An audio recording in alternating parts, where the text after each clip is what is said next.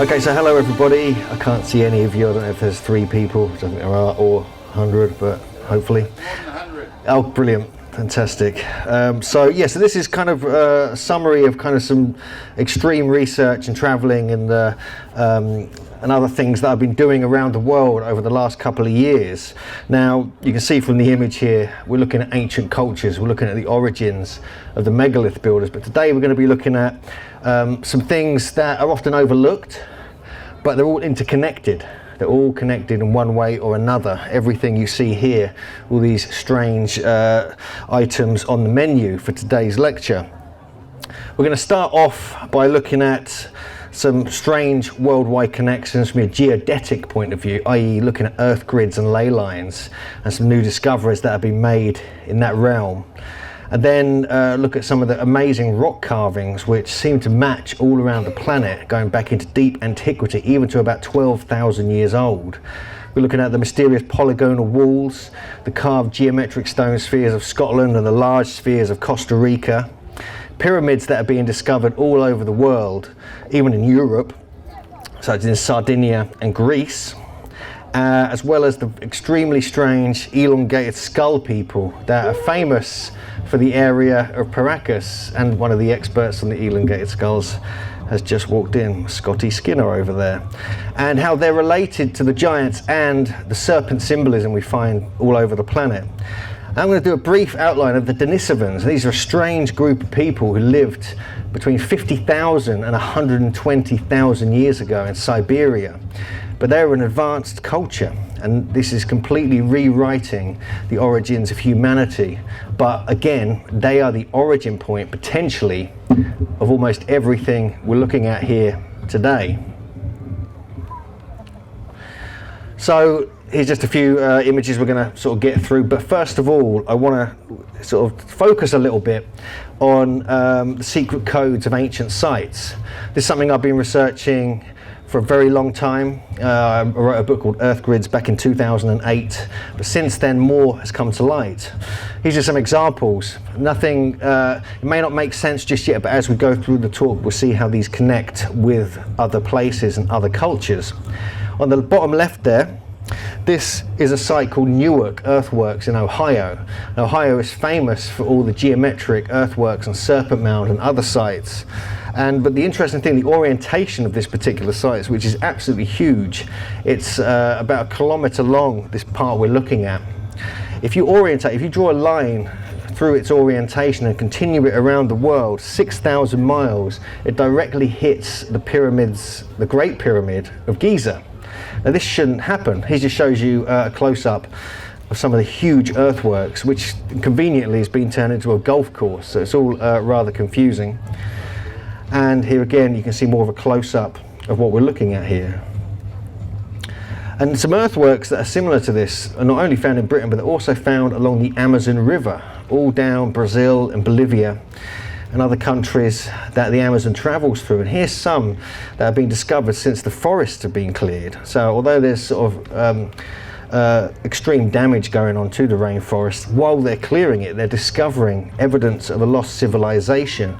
This could be the lost city of Zed that various explorers were looking at in the early 1900s.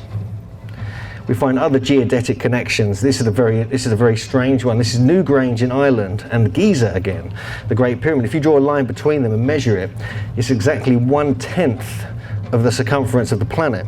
So if you continue this 10 times around the planet, it joins up again exactly. Now this can't be a coincidence. We also find numbers to do with distances and days of the year interconnected in Egypt, and we can see this example here between Aswan Quarry, where the unfinished obelisk is, and Giza.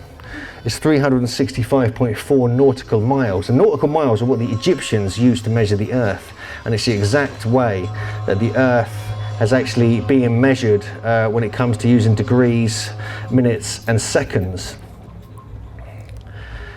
We find this is an interesting one, which we're going to look at in more detail later, the significance of these naval sites, they're called. If you draw a line between Göbekli Tepe, which we're going to look at shortly, in southeast Turkey, which now dates to 12,000 years old, and the Korakancha, in Peru, which is the center of the ancient Inca world. Both of these are called the navel, or called the center, called the axis mundi of their particular cultures. And the exact distance is 7,928 miles along the surface of the Earth. And this jumped out when I saw this, because this is the equatorial, or the diameter of the Earth, measured between two ancient cultures, the centers of their cultures. And also it's a canonical unit of measure which was used in prehistory and history, which puts it as 7,920 miles. And that breaks down, this is people like John Michel have been researching this, 8 times 9 times 10 times 11 equals 7,920. So we're finding these strange links with the location of sites, the geodesy between the sites. Even we find the same kind of thing with Giza again, which is 1/7 of the 3/7 of the way around the planet. If we see this image here, you can see it's exactly 30 degrees above the equator, but you can see that some other strange things happen with the number 7. It's 1/7 of the way around the planet from the equator is Avebury.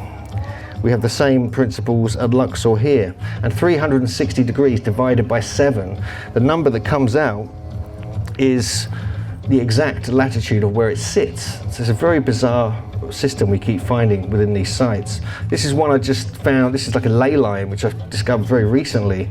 There's a site called the Nap of Hawa, which I don't know if you were at Nicholas Cope's lecture yesterday, any of you at that?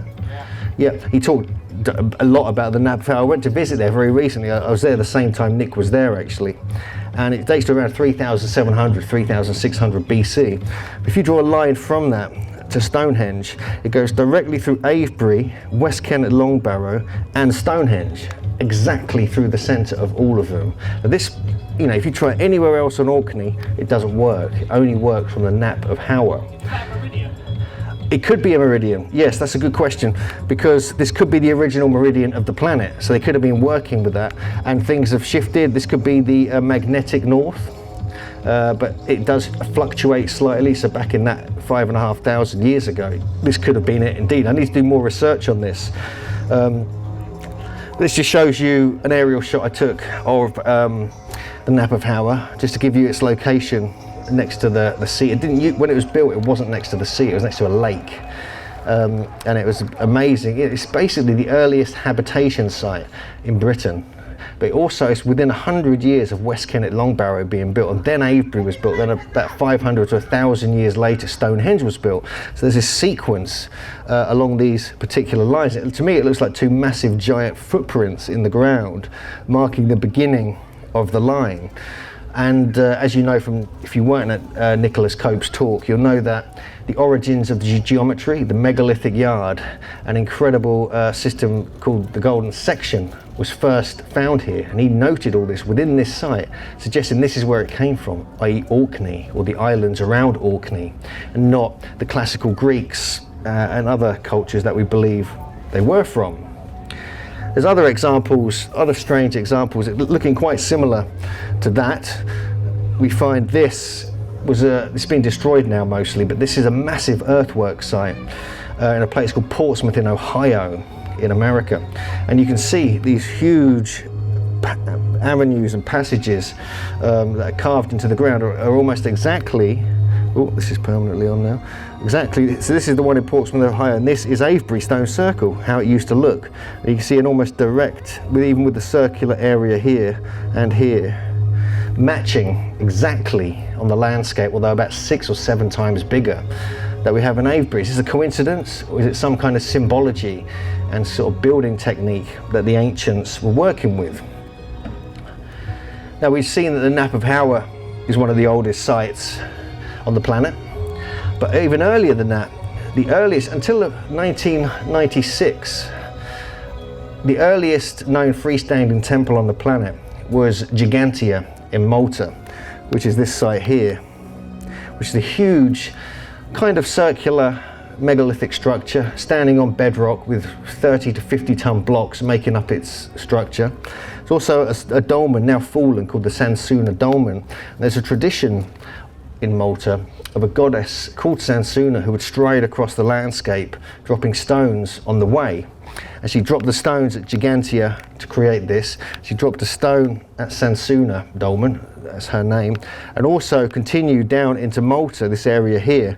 There's a site called Bugiba Temple here. And this is an exact alignment between Gigantia here, Sansuna and Bugiba Temple. Now this is just another ley line, another coincidence in the landscape. But when we start looking into what was going on these islands, then we find that they had incredibly sophisticated megalithic technology building here, which we'll see other examples around the world that are very similar. These intricate relief spiral carvings. This is Stuart Mason, I'm not sure if any of you know him. And these are some massive elongated loaf-type skulls that were discovered in Malta, which have been deliberately hidden from the public view, so no one can see these now. Again, this is the serpent symbolism we find carved at Gigantia Temple, which is remarkably similar to what we see at Göbekli Tepe, which now takes the prize as the oldest freestanding temple on Earth. We'll see other examples. This is, again, left we have Gigantia, right we have Göbekli Tepe from southeast Turkey. And we see the shapes of the stones. We have whole stones at both these sites, relief carvings, and similar shapes and sizes. But really, Göbekli Tepe is really changing history as we speak. The site is actually currently closed. You can't even visit the site. They're building a new roof on it, unfortunately. But I went back there first in September 2013. I've been back 3 times since then, mainly with Andrew Collins. Also Graham Hancock came on one of our tours. But you can see the beautiful stonework here. And this was constructed around potentially up to 14,000 years ago, according to some of the last research done by Klaus Schmidt before he died. And it was completely buried 2,500 years later with hundreds of thousands of tons of rubble. So basically the site was used for a couple of 3,000 years. And they were building over different temples. There's like about 30 or 40 temples within this, 30 circular enclosures like this. And then they were buried in mounds, then built upon, and another temple would be built on top of it, over and over again, until they had this huge complex, which eventually was then completely reconstructed, every single temple, and then completely covered up like a time capsule and left in the earth, and was not discovered until the mid-1990s by Klaus Schmidt. Here's some of the intricate stonework we find at Göbekli Tepe. We can see these beautiful relief carvings. This is one piece of stone. This is like about 20 feet tall, and we have this amazing 3D carvings of these critters, and again kind of like lizards or other creatures carved onto these upright stones. The other things we find on these stones is animal features where the hands are touching the navel, which we'll have a look at in more detail shortly. But we also find the same kind of shape in Peru. This is a site called a Marumuru, which basically some people claim is a stargate. It's like a doorway to nowhere. And apparently there's a tunnel here. This is next to Lake Titicaca, and it goes all the way to Cusco and other areas apparently. And you can see the same shape is present, but carved out of the rock rather than actually being 3D rocks. And we go here every year when we do our tours there in November. We have this is on Menorca, Balearic Islands, and we get the same style, the T-shaped pillars, all over the island. There's about 30 different examples, but these are from the Bronze Age, only about 1500 BC. However, all these different areas seem to have connections with the bull and the bull cult, which is one of the things we find across the planet going into very deep antiquity, some magical cult that was worked with for many, many thousands of years. So the idea of world navels is something that various researchers have been doing. It's kind of fascinated me, especially when you find discoveries like this, both Göbekli Tepe and the Coricancha in Peru, which are both the center parts of their ancient cultures. Both mean navel or belly hill, or like the center, and everything comes out from there.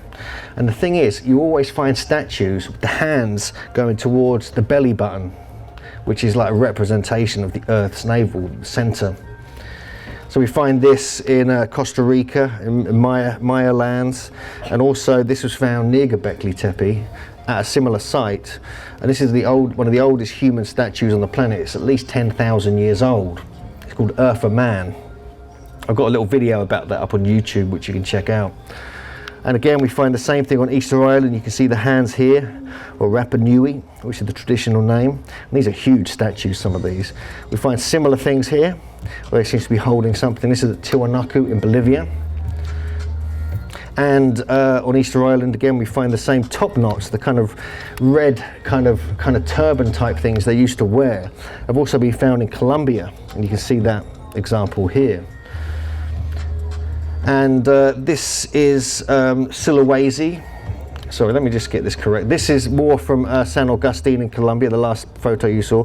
And you can see they have these hands going towards the navel and all their statues. Now this dates to at least 3000 or 2000 BC, between the two. And this is Sulawesi in Indonesia. This is more phallic, it's holding something else here. But we find often they're pointing towards their navel and their parts. More examples from Sulawesi here, and you can see the beautiful the carvings here, the way they've cut this from solid rock, even representation of an elongated skull in this image here.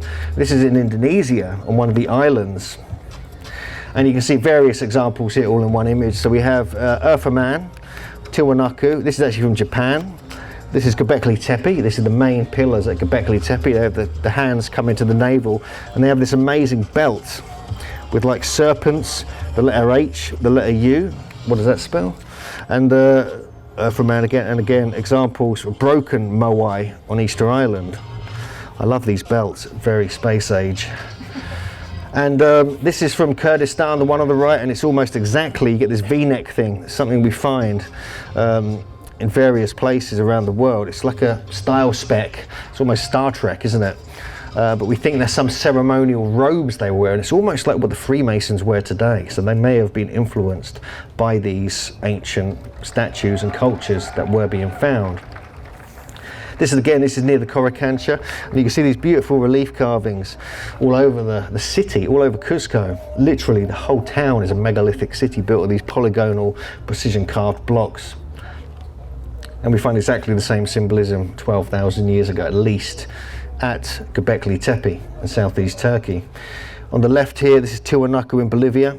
We had this kind of turban wearing chap wearing what looks like sunglasses, and we have the same kind of style statue heads found again at Göbekli Tepe.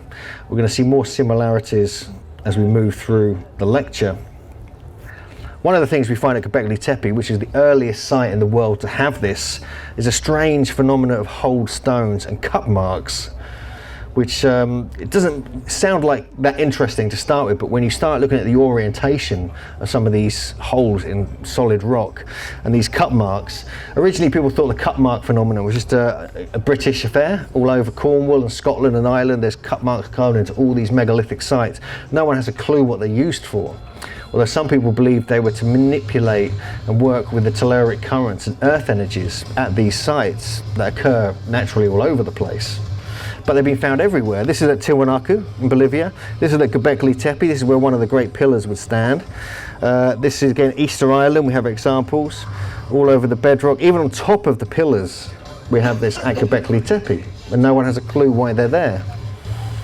And hold stones are a whole other thing. There's a whole tradition called Shane Lock, a scene lock, where it's got like a soul hole, as Andrew Collins calls it, where he believes that the burials were placed inside these chambers, these dolmens, and the soul would pass through the hole and out into the night sky, into the Milky Way, where it would rejoin with the cosmos.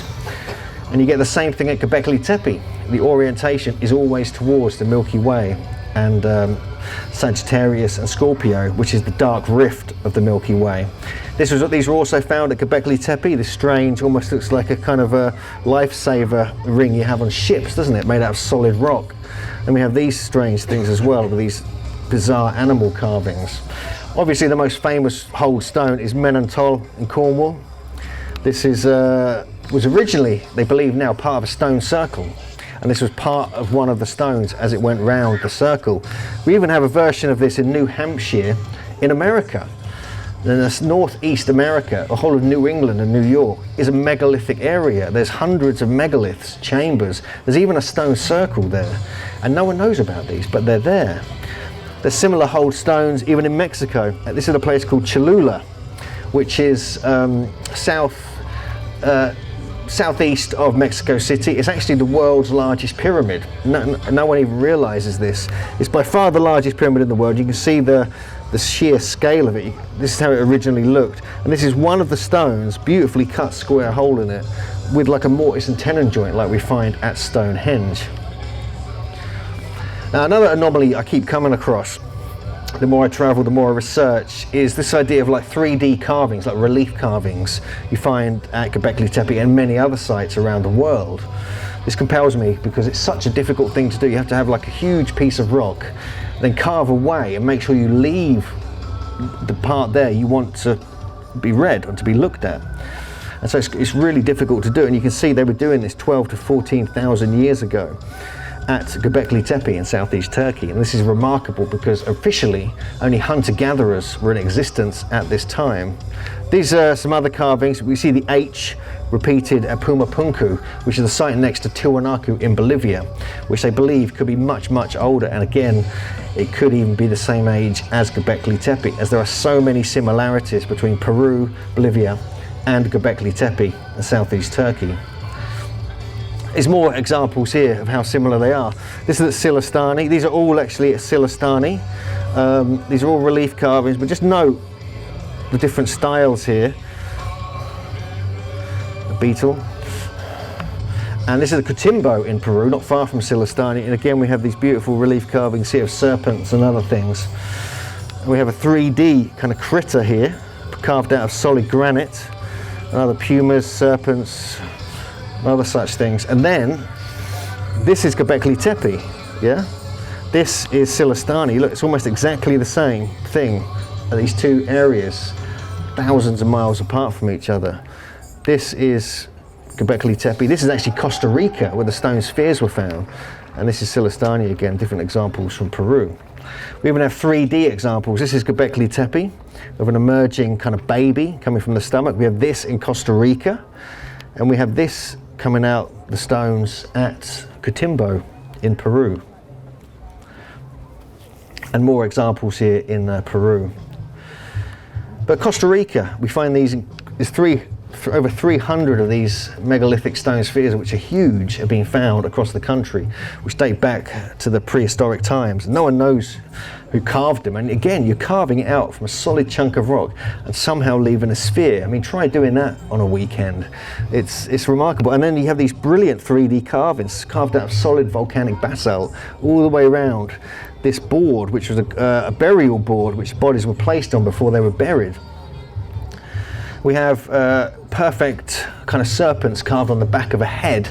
This is from a place called Megalithomania Tours. This is near Göbekli Tepe. It's been completely destroyed now, but they've reconstructed the entire site in the museum in Sanliurfa in southeast Turkey, which you can visit. And again, we have the serpents here in Peru. This is Cusco.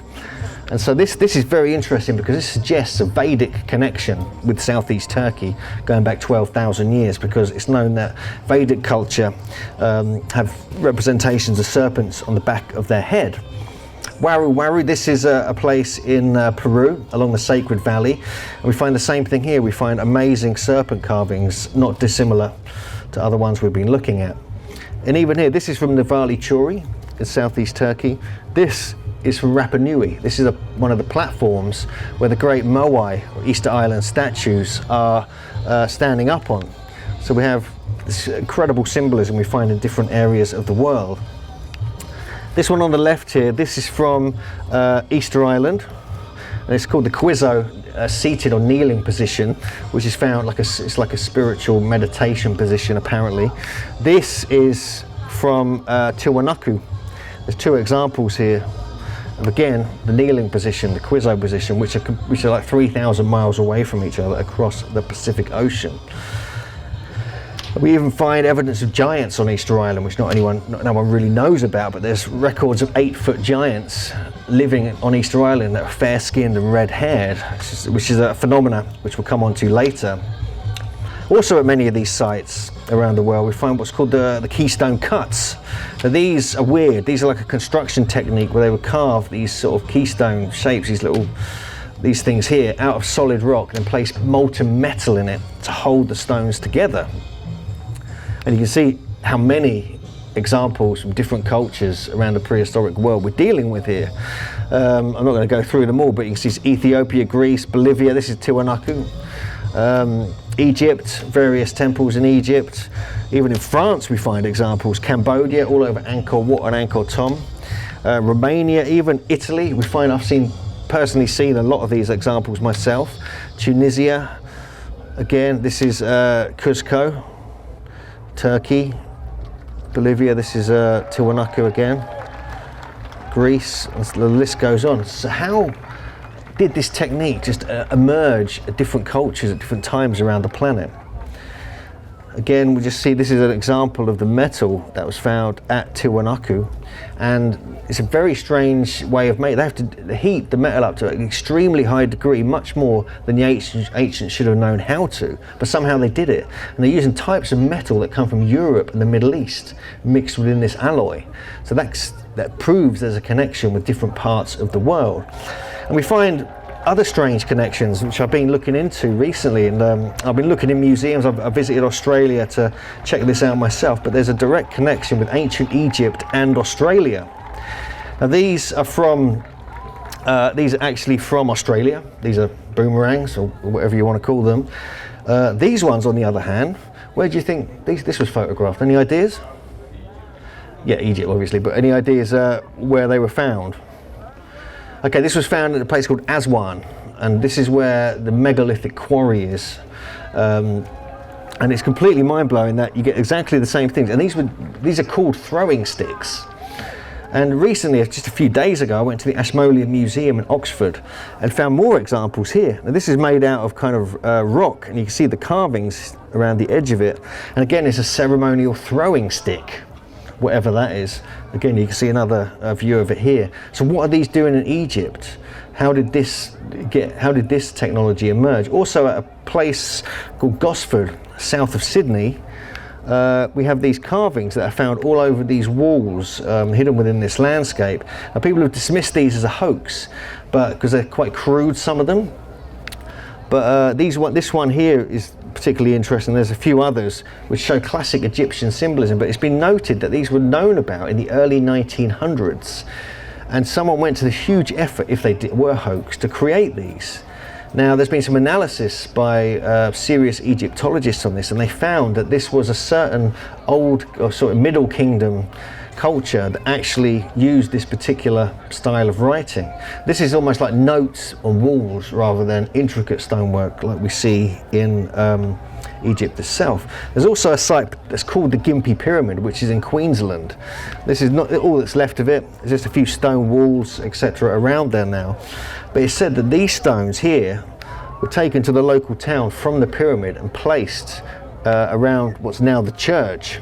My buddy Stuart Mason, and you can see it's like polygonal stones, and this is the people I was sort of working on this with. But you get the same kind of polygonal stonework obviously in ancient Egypt. This is actually one of the pyramids. This is the smallest pyramid on the Giza plateau, which is cased in solid granite, and it's perfectly cut stones are placed together like this. Now there's another phenomenon which has kind of caught my attention, is these mysterious cart ruts. They're like carved into solid rock, and there's usually two of them, as though they're made with carts, or nowadays cars, and they go around curves, but they stay together. There's always two of them together going around all these different distances, and these are the famous ones, mainly in Malta and Gozo, but they've also been found in Turkey and Spain and even Bolivia, and no one has a clue what these were used for. These are ones photographed on Gozo. This is from Malta, and actually go into the water there, suggesting a very deep antiquity. More recently I was in Sardinia, and I found an amazing example there that literally go on for acres and acres of land, with a megalithic temple carved out of solid rock. And this just shows you some examples here, but this is just to give you the sense of scale. You can see all the way down here, this whole landscape here where it's green, this is cart ruts all over this. Now these are carved into solid rock, really perfectly straight, some of them.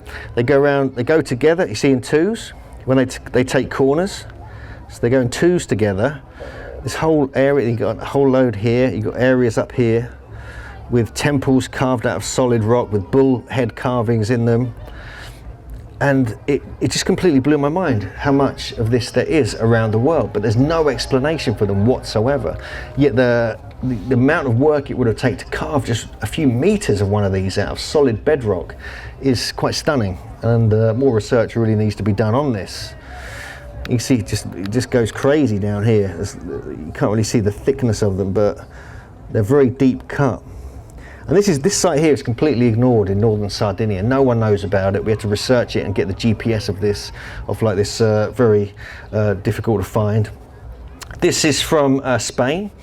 Again, these are very deep cut ruts carved into this random part of the landscape. This again is from Spain, from the same site, and we see these kind of steps as well that are carved. These are, potentially tens of thousands of years old. This is in Turkey. And again, these are just carved again out of solid bedrock. These ones are actually in France at a place called Anse-de-Croix, and it's said there, the tradition, they were worn by wagons carrying building stone from the quarries to the water's edge, and from there it is shipped across the bay to build the walls of various places. And they date these ones to 600 BC, but no one actually knows. These are from actually a place called Tlaxcala in Mexico. These ones are from East India.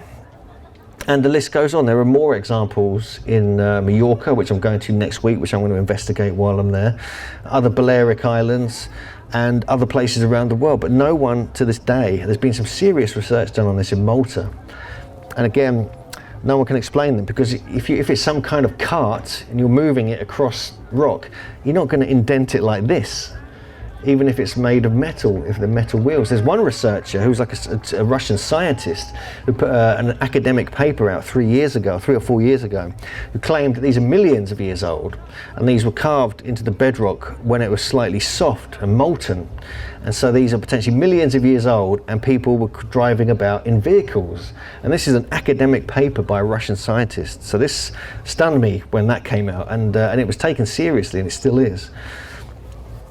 So one of the other aspects that keeps intriguing me is these spirals we find carved all around the planet at megalithic sites. This is just some examples here. This is from, obviously, Newgrange in Ireland is some of the most famous. Here we have Newgrange as well. We have some of the stone spheres found in Aberdeenshire. We're going to look at those more closely, have them. This is Tarkshin in Malta.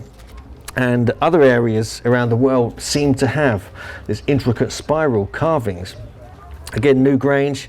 This is actually from Cambridgeshire, a recent discovery which dates back to the late Neolithic. This is Little Meg stone circle up in Cumbria. This is in Sardinia. Again, we have spirals all over this particular rock, which is part of a massive temple carved into solid black granite. We have red paint painted on inside megalithic burial sites in Sardinia.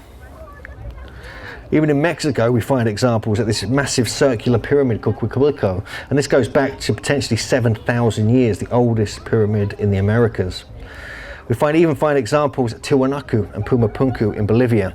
This is a beautiful piece of work, and it's got representations of thunder and lightning and serpents and even a frog in the middle there.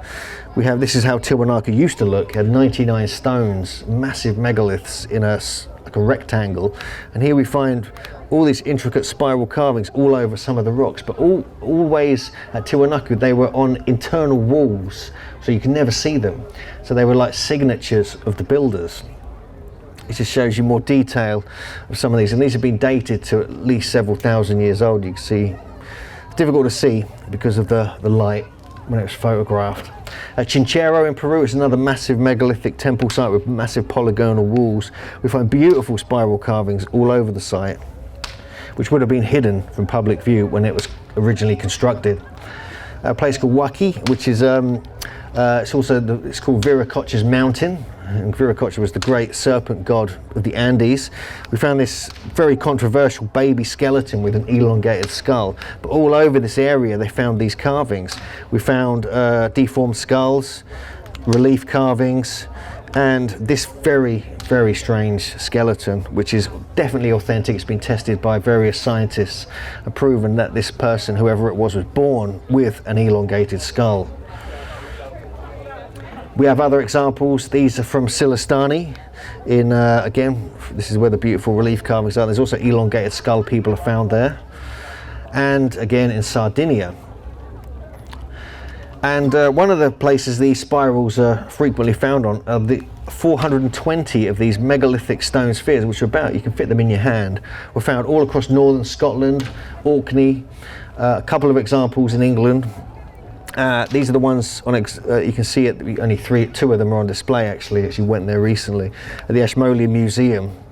But some of them are so precisely carved, they represent the 5 Platonic solids, and also some of them represent Archimedean solids, i.e. mixtures of the Platonic solids, like a cube octahedron. And you can see these are the examples. These were worked on and analysed by a master geometer called Keith Critchlow. And this is the famous Towie ball found in Aberdeenshire. This one again was found in Aberdeenshire with the beautiful carvings and 3D relief all over it. This is actually a Roman dodecahedron which was found in France. These are the ones that are on display at the Kelvington Museum.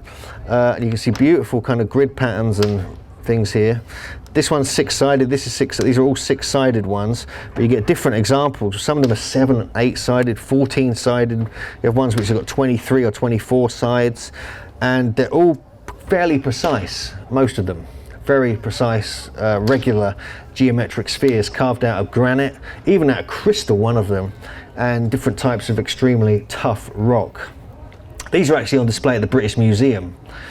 But the thing is, these were found near the recumbent megalithic stone circles of Aberdeenshire, most of them, but not actually in the stone circles. They were always found in fields where they were starting to grow crops at around 3000 to 3200 BC. And this suggests they were ceremonial, and they felt they were imbued with some kind of energy to help with the growing of the crops, maybe. Just speculation, obviously. We don't really know. These were found at Loughborough in Ireland. These are iron. The left one's basically negatively magnetic ironstone. The one on the right is positively magnetic, which is granite. So this could be the reason they were using them, because they had different energetic qualities, and they could be either used for healing, even for massage, some people suggest, or even to place in the fields to manipulate the natural telluric currents, which I believe this is a representation of, because telluric currents move like this through the landscape. This has been recorded scientifically by people like John Burke, Kaj Halberg, and Callahan and others. But even weirdly, which really kind of got my attention, was when I was in South America, in Bolivia, in La Paz. There's huge amounts of archaeology has been done around Lake Titicaca, and one of these was discovered around Lake Titicaca. Now this, I could not believe when I saw this. It utterly blew my mind. And you can just see the shape of this here. It's got 6 sides.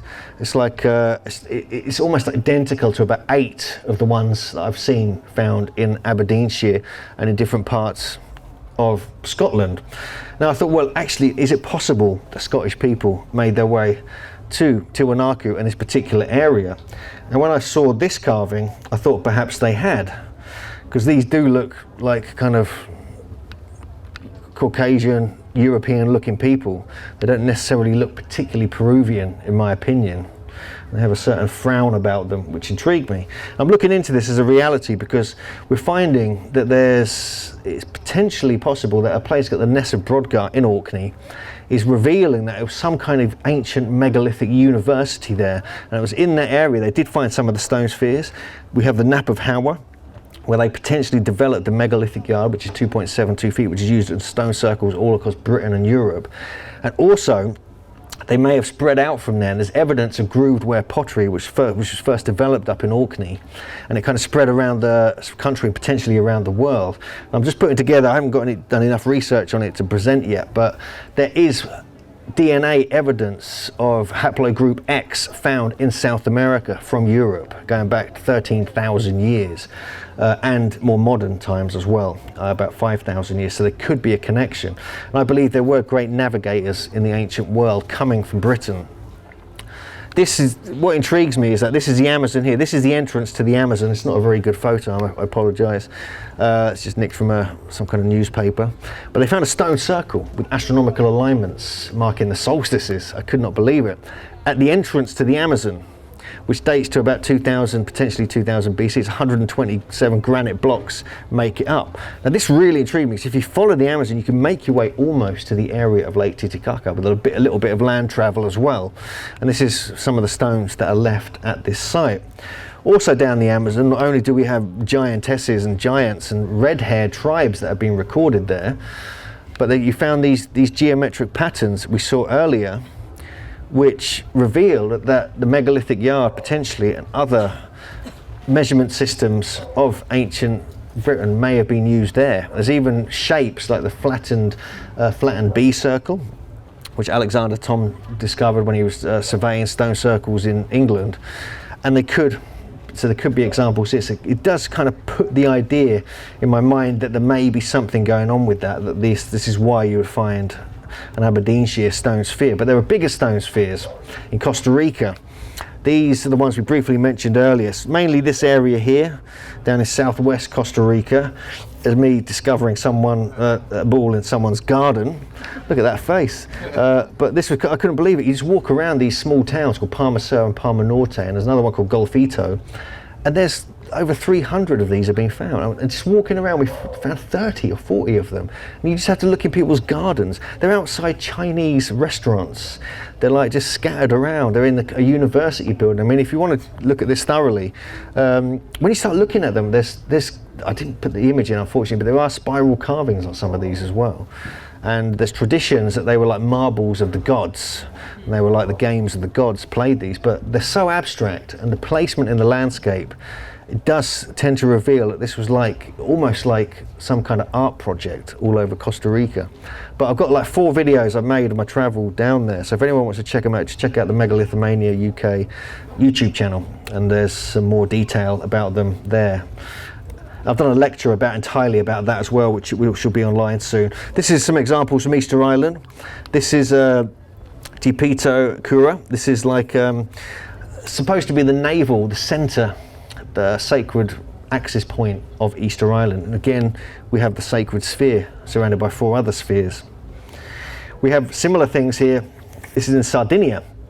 This is a sort of egg-shaped sphere, which got cut marks all over it. And this is a ziggurat or a pyramid in Sardinia, which dates back to potentially 3,700 BC, which no one knows about. It's just no one's ever heard of it. And we went there, and it's definitely there. This is not a hoax photograph. So that blew our minds, because we're looking at, if it's a ziggurat, it's older than the ones in Sumeria, which are the famous ones. Sardinia is absolutely amazing, and we'll have a few more details about. I've been there twice in the last 6 months. It's so intriguing. Giants are being found there as well. But the pyramids, let's get into some pyramids and ziggurats, because these are found all over the place as well. This is a fantastic graphic put together by Simon Davis. He's a friend of mine who puts these together on Facebook. It's brilliant, absolutely brilliant. This is the classic kind of ziggurats we find in Iran. Obviously the step pyramids of Memphis at Saqqara, and various ziggurat of and this is a whole dating thing. It's getting more modern as we go along, and the Mexican ones are the latest ones. But these ones here are really interesting. I mean, the Sardinian ones and the other ones I'm about to show you aren't even on here. They're so unknown, even Simon Davis doesn't know about them. But you can see that they're all over the world. So this is oh, I'm sorry, let's go back to that. So this just shows you the shape and size of the pyramid. The first phase of the pyramid goes back to about 4000 BC, and the main pyramid was completely constructed by 3650 BC. But you can see the steps, sort of shapes going up. You've got the long causeway, you've got men here, like standing stone here.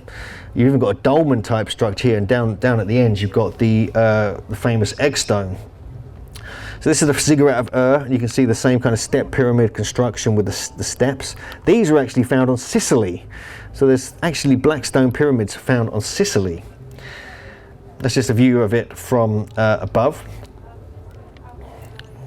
And often under these pyramids, which is something we find all over the world, not only do you have structures built upon other structures, there always seems to be a water source underneath them.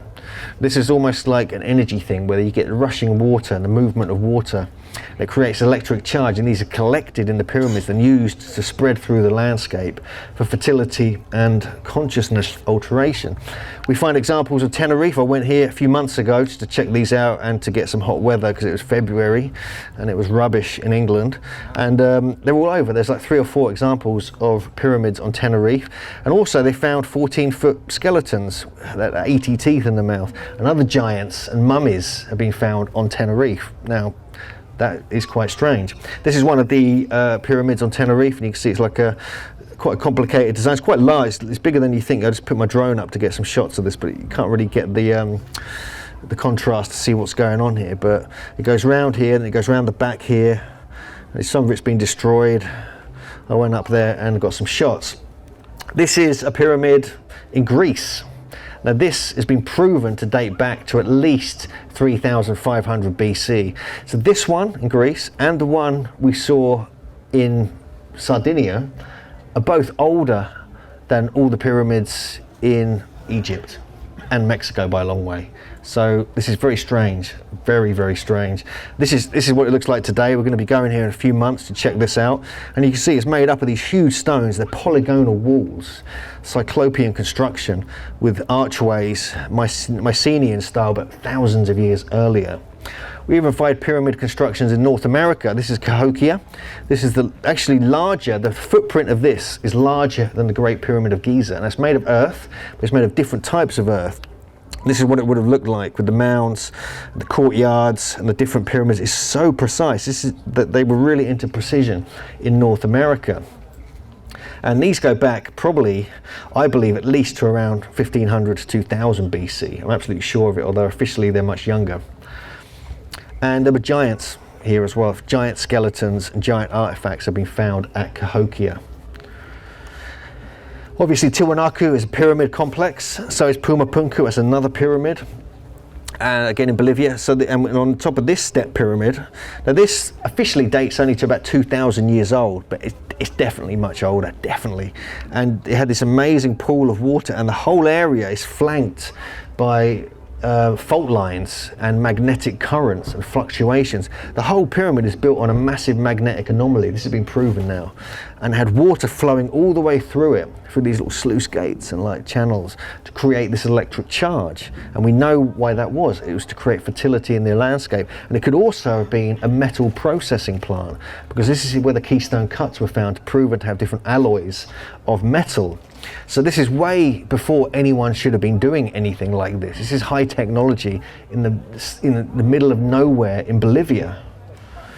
These are just, you can't really see it clearly. This is from the Olmec area of Mexico. This is pre-Mayan. This goes back to at least 2000 BC.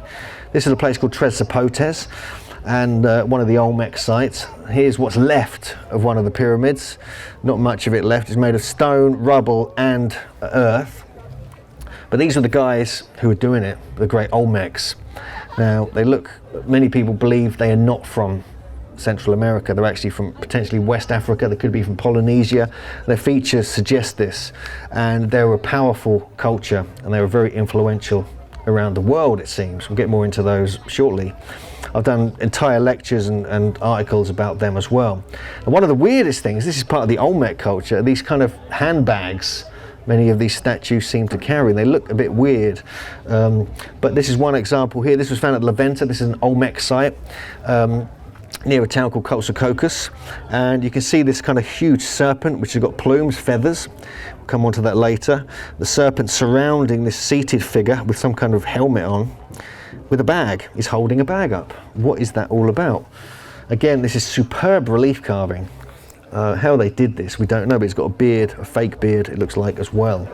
But they're all over the world. This is some examples. This is from Göbekli Tepe. This is like Sumerian, Assyrian, again. So what is this all about? This is African, or Australian rather.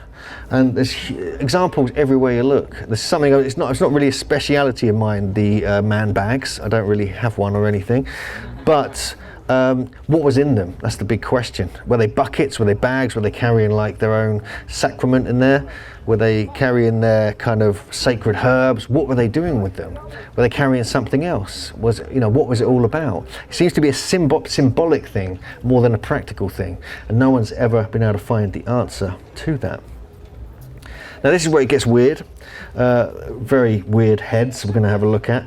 Again, Olmec, you get the statues which show clear, this is like an Oriental features. We find Oriental, we find Caucasian, even Middle Eastern features on many of the statues in Olmec land. But here we have representations of elongated skulls. This is from Mexico. This is a baby skull discovered in 1973. And that is the skull on the right. Check out this guy. So giants were definitely living in Mexico. I think that kind of proves it.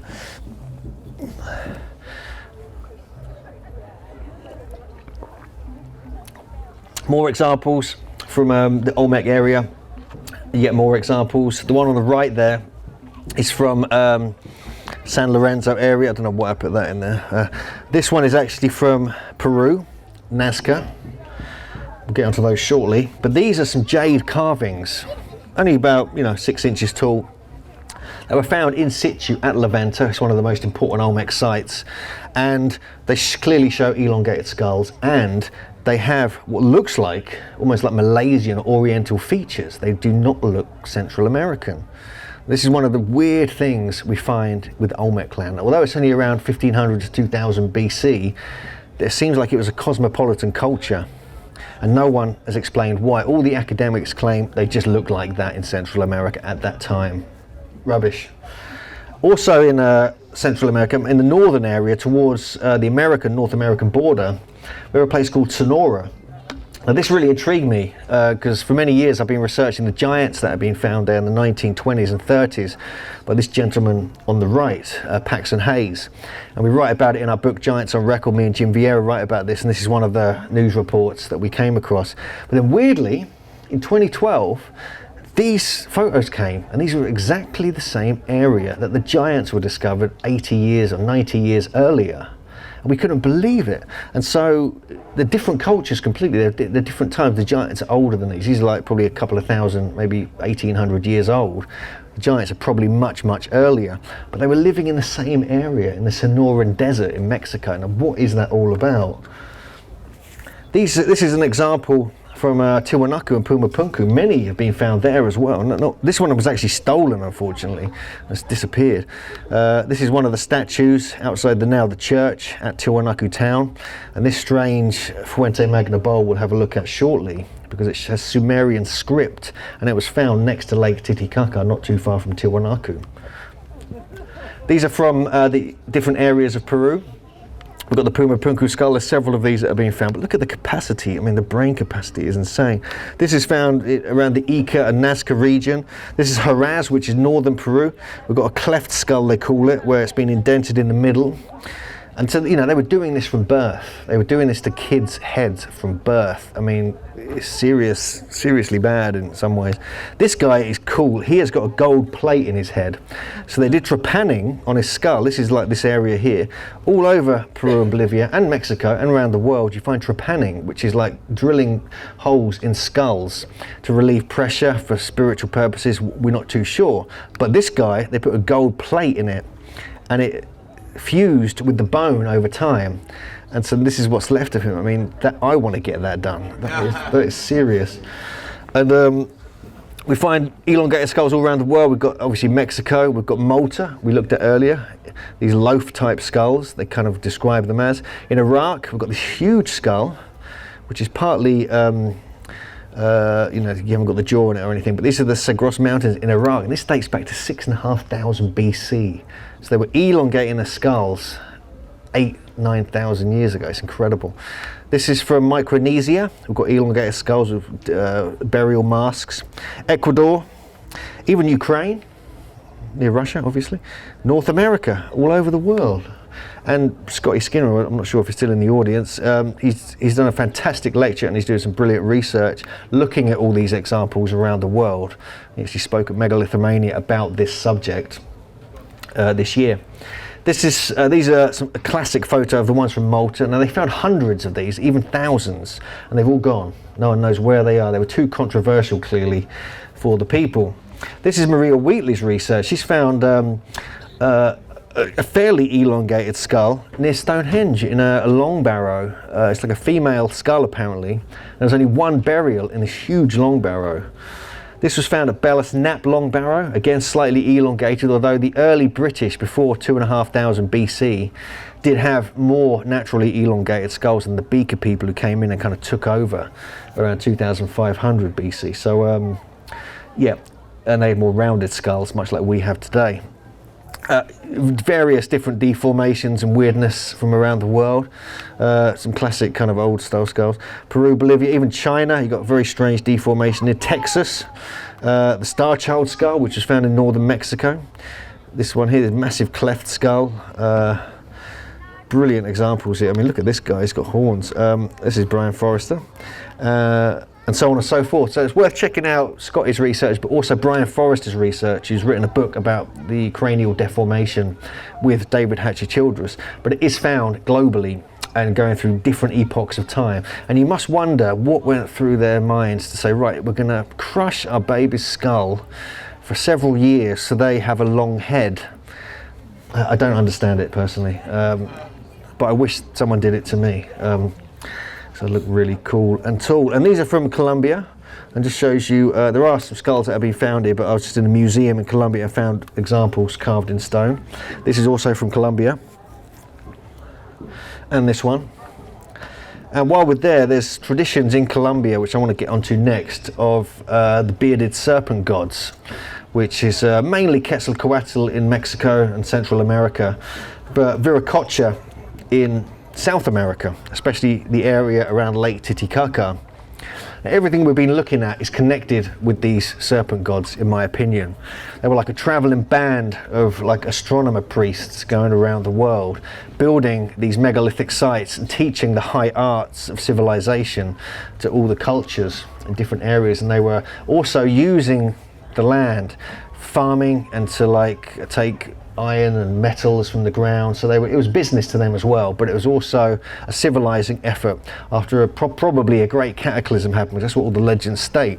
This is a representation of Viracocha at Tiwanaku, and the whole story goes that he emerged from Lake Titicaca on a raft of serpents and onto the island of the Sun, the northern part, and created the great pre-Incan civilization going back into deep antiquity. It created a race of giants from the stone and earth, and they were the ones who built the megalithic sites all along what's called the path of Viracocha. Virtually all the megalithic sites of note in Peru and Bolivia are on this alignment, which is called the path of Viracocha, including Tiwanaku and Pumapunku.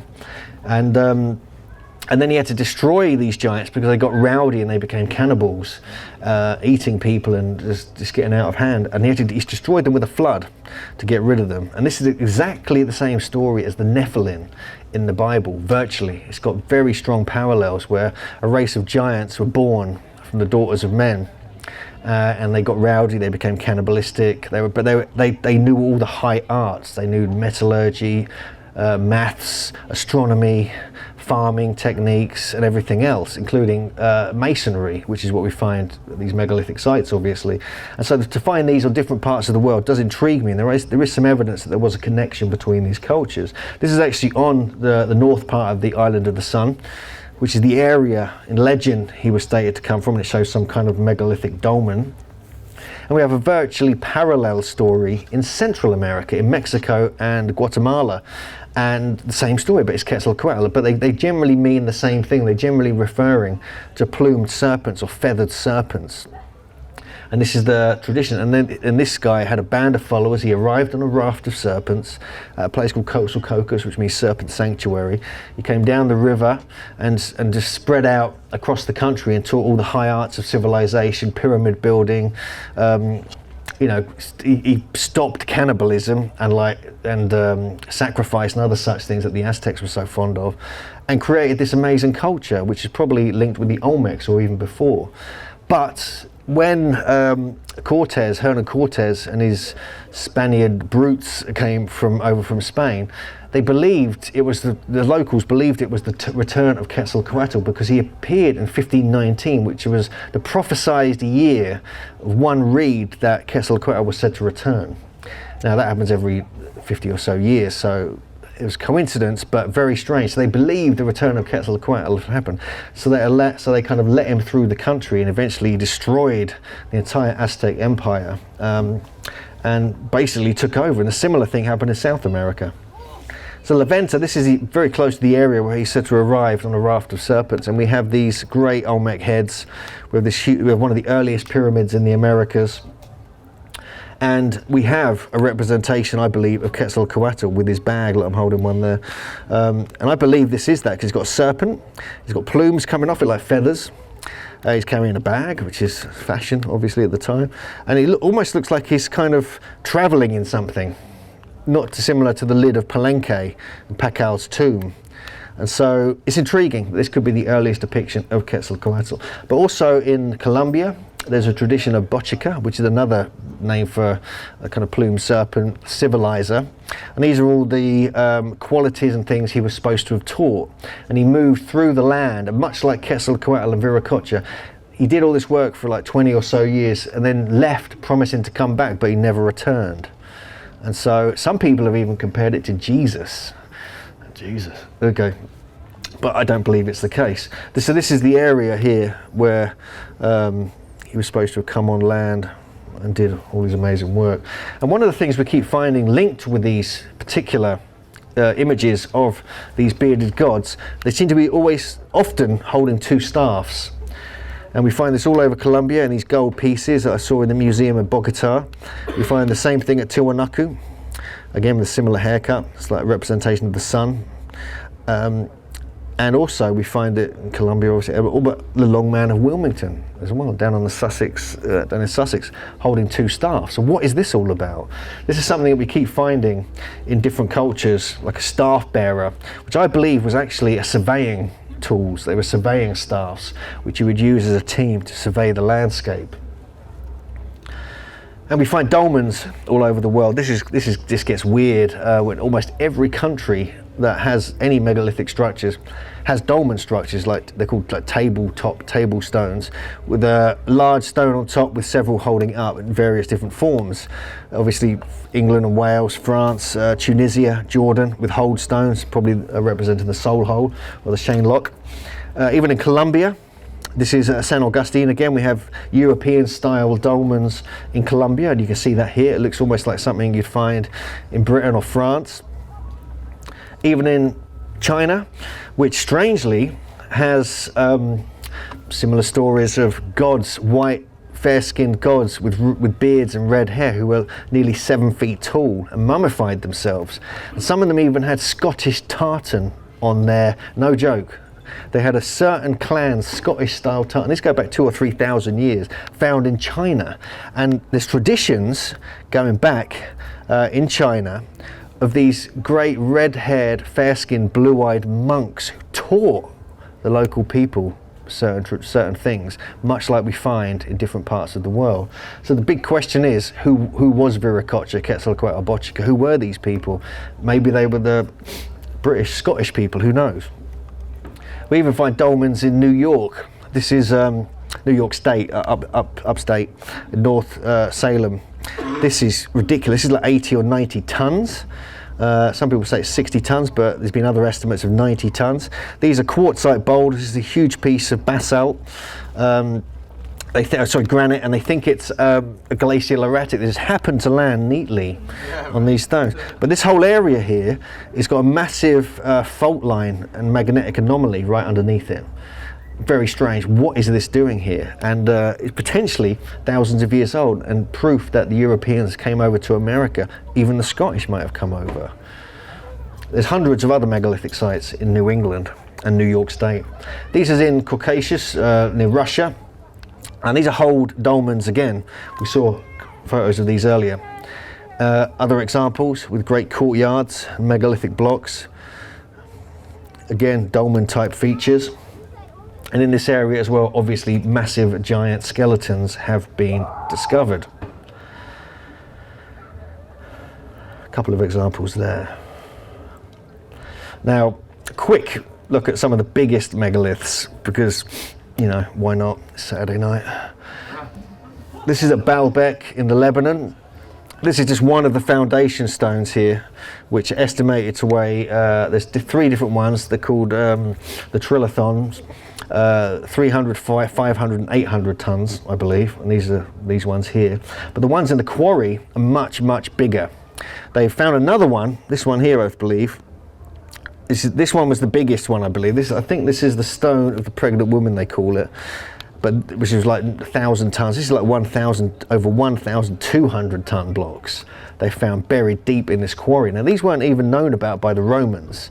This was not used by the Romans, this quarry, because it was covered up with dirt, even though it's only half a mile or so from the quarry. But you get all these caves here as well, these like burial chambers all around here. So there's some very high level, and then they had to take uphill half a mile.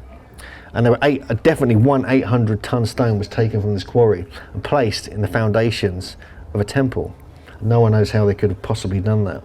It's just some of the other stonework in that particular quarry. We're actually going there next March if anyone would like to come with us. This is in France, in Brittany. At this place, I'm not going to attempt to say that. This is now broken, but it was one of the tallest, it was actually the tallest megalith by far in Europe, 68 feet tall, had these beautiful carvings on it. Erected 4,700 BCE, which is some of the oldest megalithic stuff on the planet in France, and some of the biggest. So this is an incredible, the whole of Brittany is an incredible place. And again, check out our YouTube channel. We have some lectures, we have some research on there. Howard Crowhurst and other people who live out there and been researching it for years. Again, we have beautiful relief carvings, but going back to an era, again, when they shouldn't be happening. It's outrageous.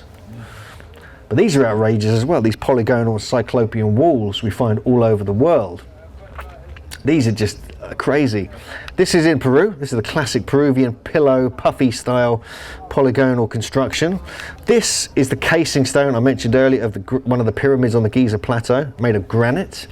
This, anyone know where this is? Italy. Yeah, this is one of about 40 massive polygonal megalithic walls, some of the largest stones on the planet. This is on Easter Island. This is one of the Moai platforms. So here's some classic ones from Peru,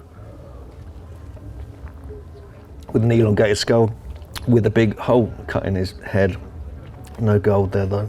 This is around the town of Cusco. The serpents carved into it. There's me getting a bit excited by it all. This is a place called Sacsayhuaman, which strangely in Peru they pronounce it sexy woman, and they say it like that. It's really weird. They sort of speak in Spanish and Quechua language, then you just hear sexy woman occasionally. What the? And that's how they pronounce it. It's really weird. When you go there, you'll get that. It's weird. And you can see this is 30-foot high walls, 200-ton blocks. Some of these. This is what we're looking at here. Now these were 2 or 3 times as tall as they are now, but and when the Inca found them, they kind of used some of the stone to build their sites. This is much earlier than Inca, although some of it is Inca, we know that, but some of it isn't. Some of it's a pre-Incan civilization. There's even records of them, because they only appeared around 1200 AD, the Inca, so these were much, much older. And there's records of them finding these sites and going, what the hell is going on? Who did this? And they believed it was the giants, as talked about, that Viracocha was said to have created. And we found giants in Peru as well. This is Machu Picchu, not too far from here. There's massive megalithic polygonal construction at Machu Picchu, although it's claimed to be an Inca site.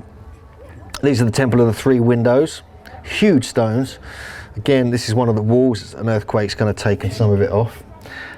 This is at Ollantaytambo. This is in the Sacred Valley going towards Machu Picchu from Cusco. And this is massive blocks of red granite which are brought over from this mountaintop, down a mountain, across a river, through swamps and up another mountain to create this. So how did they do that, I wonder? No one knows, but all down the bottom near the river there's what's called the lazy stones that never made it up the mountain. They kind of couldn't be bothered, so they just left them there, which is quite interesting. There's a whole bunch of them, you can go and look at them. So it's almost like they were levitating across, they were levitating them across with their mind, and a sexy woman walked by and they lost concentration and they plummeted to the ground. These are the strange protrusions we find on many of the sites, these polygonal walls in Peru and Bolivia and other parts of the world. No one knows what these are for. They're not for construction because they're kind of rounded, so you can't tie ropes around them. You can't really hold them with your hand to move anything. It's just, no one has a clue. It's almost like they're kind of keyboard buttons, kind of carved out, you know, relief carved out of solid granite. We find polygonal construction even at some of the round towers, the Chilpa sites of Silastani and Cotimbo. This is actually at Silastani. It's a square tower. This again is Vinapu and Rapa Nui, and other examples on Rapa Nui as well, in Easter Island. There's me trying to navigate my way. This again, this is just shows you the examples. This one here is from Rapa Nui. These are from Tiwanaku and the giants. And this is what absolutely fascinates me, because you find almost identical stonework in Egypt. Identical, and we know that the dates of these are at least 2300, 2500 BC, so they must be the same age in Peru at least. This is the casing stones of, again, this is the second pyramid, I believe, in the middle. It's not the Great Pyramid, and this is inside the Valley Temple. Beautiful stonework, and actually you get these beautiful corners that are done like this, almost like hinges carved out of solid granite. Incredible. You get exactly the same thing in Peru and Bolivia. Elongated skulls have been found in this area, and you get this, look at this, just little precision blocks here. And the thing is, in Egypt, what they do is they mirror it on the opposite wall. So it's exactly the same but mirrored, but then they slightly change it, just a few bits here and there. So only the masons, the people who built this, kind of know the little secrets, the little nuances in the design. Further south, Abydos, the Assyrian temple. This is insane. This isn't like an underground temple with a later temple dedicated to Seti built above it, nearby, up here. But here, these are, you know, Stonehenge style, you know, admittedly it looks a bit like that, but you see these beautiful blocks here, perfectly, precisely cut. And then it goes down further into other temples. No one knows about this. Once this water clears, you go further into other carved temples, into solid bedrock. And these are like 80 tons each, these blocks, carved out of solid granite, precision carved. On here are two little flower of lives carved. I don't think I have a picture of it, unfortunately, because it was shaded when I was there last. Again, no one can explain this. And this is more or less the same style as we find on the Giza Plateau, but about 400 miles south. And you can see almost like the keyboard button effect here as well, various parts. So it's probably 10,000 years old, maybe 8, who knows how old these are. But there's some extremely ancient, here we go, these are the Flower of Life carvings. Perfectly done on this rock. You can't see it, unfortunately, I don't have a clear picture, I apologise. And then you find it in Japan as well. Now this was known to be built in historical times, in the last 1,000 or so years, last few hundred years even. But look, this is outrageous. There's a block here that weighs 108 tons. So this technique was still being used up until relatively recently. And also we have dolmens in Japan. Like, there's hundreds of them, all over Korea as well, all over different parts of the Far East. And this is some of the blocks of the Osaka Temple, the Osaka Castle in Japan. And we have massive skeletons are found in this area as well. I mean, just to check out Japan, there's some other weird megalithic blocks in various areas. Just take a look at these. And what is that? It's like a crashed granite spaceship or something, isn't it? And then we have these tombs that are cut out of solid rock, which is similar to what we find in Europe. Beautifully done. Really, no one knows anything about this, and they're not talking about it really in Japan. But then Italy, this is where it gets weird. This is thanks to the research of Gary Bilcliffe. I want to credit him. We've just put a new lecture that he did entirely about Italy up on YouTube. You've got to check it out. It's mental. And they have these walls all over the place, all along the western coast of Italy, north and south of Rome. There's about 30 or 40 sites. You have the beautiful polygonal cut walls like this. What goes around comes around. And this is like a harbour, a megalithic ancient harbour. The entire harbour is made of polygonal megalithic blocks. And they get bigger the higher you go up. Some of the walls are 40 feet tall. This is more cyclopean. It's not really called polygonal. Polygonal is much more precise, like a jigsaw fitting together perfectly. This is cyclopean wall, which I was just startled when I saw this. Some of these blocks up here are like 50 tons. And the thing is, even though it's cyclopean, more rough hewn, it's been like sliced along the whole length of it. It's like a slice. It's really bizarre. They've just cut through it like cheese. Here's some more examples here with great lintels and relief carvings. And check this out. I mean, this is like the whole town was surrounded by this wall. There's a town surrounded by a wall like this. Look at the size of this. Incredible. And also there you get these amazing rock cut tombs. You get this in Sardinia as well, which are beyond belief when you kind of look at the quality of them. And it's believed this was a Pelasgian culture, not the Etruscans as most people think, who were the pre-Roman culture, who actually, the Etruscans were actually 1/12 of the whole Roman kind of area. But yeah, it's just incredible. And you get giant skeletons are found all over this area. More examples here. This was supposed to be 11 feet tall, with strange writing, and it looks like, to me, that looks like a polygonal wall in the background. It's from the 1800s, I think. In Albania, we get beautiful, precise polygonal technology. I really want to find this site. I'm fascinated by this one. Even at Delphi in Greece, we find it. Look at this, absolutely stunning. Beautifully done. Really hard to do, incredibly hard to do. You ask any kind of stonemason and they're just like, what? But the ones in Peru are the ones to see. They're just outrageous, some of the size of some of these stones. This is in Greece as well. Some more shots, just outrageous. And even in Turkey, at a place called Hattusa and Alacahoyuk, we have this stunning, I couldn't believe it, this one especially, I could not believe this. We did a tour there back in 2013 with Graham Hancock and Andrew Collins, and I kind of forced, the tour company said, look, we want to go to this site. No one ever goes there. It's kind of random site and then really hard to, 8 hours of driving to get to. But we all got there and we just couldn't believe it. It was just incredible. It was just like being in Peru. This is Hattusa with the great lions, sphinx almost like protecting the megalithic polygonal temple. And this is another shot of Graham Hancock at Alacahoyuk. You can see some of these stones here. He's very happy. And even in this area, just north of here, giant skeletons were found as well. It just gets weirder and weirder. And now it gets even more weird because there's, with Peru, there's strong evidence now. This is very controversial. A lot of people think this is a total hoax. But a sandstone bowl, it's actually quite quartz-like. It weighs about 50 kilograms. It's about 64 centimeters wide. It was found near the shore of Lake Titicaca in 1953. Now the problem with this is that the farmer was using it to feed his pigs from. So that was a pity he did that, and it kind of ruined it and wore some of the carvings off it. But in the 1960s it was brought to the museum. This was the discoverer. And so eventually, after many, many years, it was eventually realized that it had Sumerian cuneiform script carved on it in precise detail.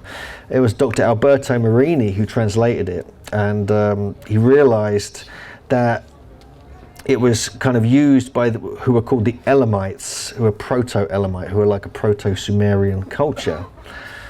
And here's a close-up of it, and you can see some of the detail here. And if you go to the British Museum and look at some of the Mesopotamian clay bricks, you can actually see the same style here carved on there.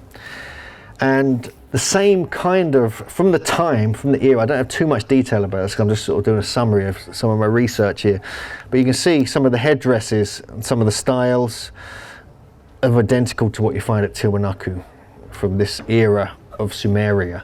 So was there a connection between Sumeria, when they were building the ziggurats and the pyramids, between Tiwanaku and Pumapunku in Peru, going back several thousand years BC? Was it because they were mining tin and different metals from this area, and they had the technology to create different metals that then became a major trading thing?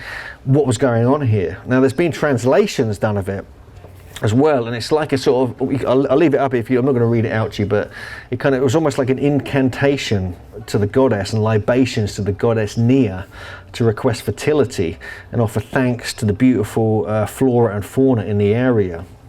That made it possible for these Sumerian explorers to support themselves in Bolivia. So it's almost like a kind of, giving thanks and then placing it on the bowl, and that's probably a gift to the local people who helped them. So could these people be what they believed were Viracocha?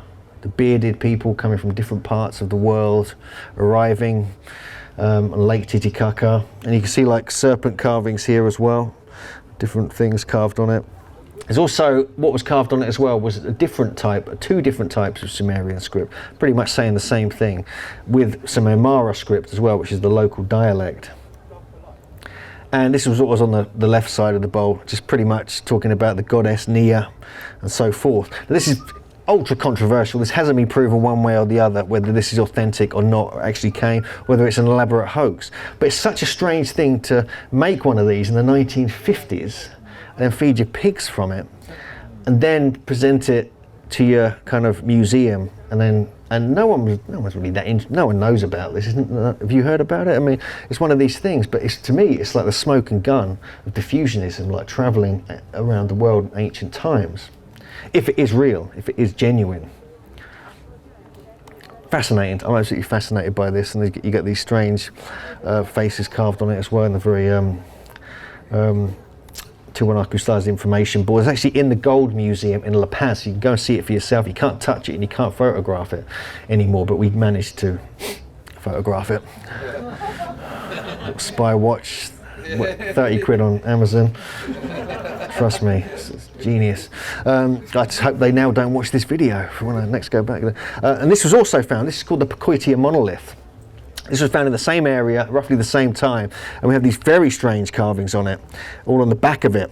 And it's got like a turban, which again is the Sumerian style.